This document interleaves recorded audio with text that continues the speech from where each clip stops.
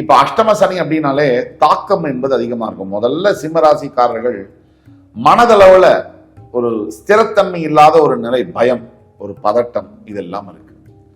இதை எப்படி போக்குவதுன்னா, இறைவனை நோக்கி நம்ம எண்ணங்கள் பாயணும். இறை சிந்தனை, தர்ம சிந்தனை, இதை நோக்கி நம்ம பயணப்படணும்.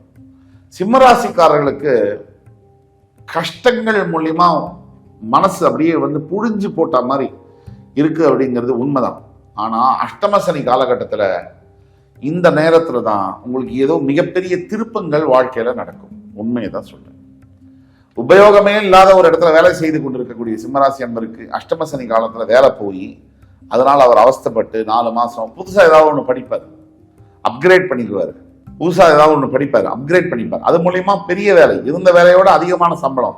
ஆனா அதுக்கு நடுவுல அந்த வேலை போய் இந்த புதிய வேலையில பல அதிகமான சம்பளத்துல அமர்ற வரைக்கும் அந்த இடைப்பட்ட காலங்கள் தான் அஷ்டம சனின்னு சொல்றோம்.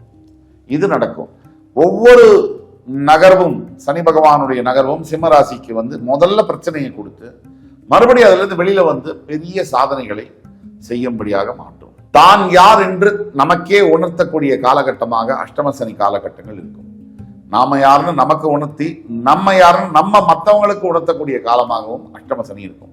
அதே மாதிரி உங்களை யார் யார் ஏமாற்றுகிறார்கள், உங்களுக்கு யார் யார் உண்மை இல்லை, உங்களோட ஸ்திரமான உறவுகள் இல்லை, இதையெல்லாம் வெளிச்சம் போட்டு காட்டக்கூடிய இடத்துல அஷ்டம சனி காலகட்டங்கள் இருக்கும்.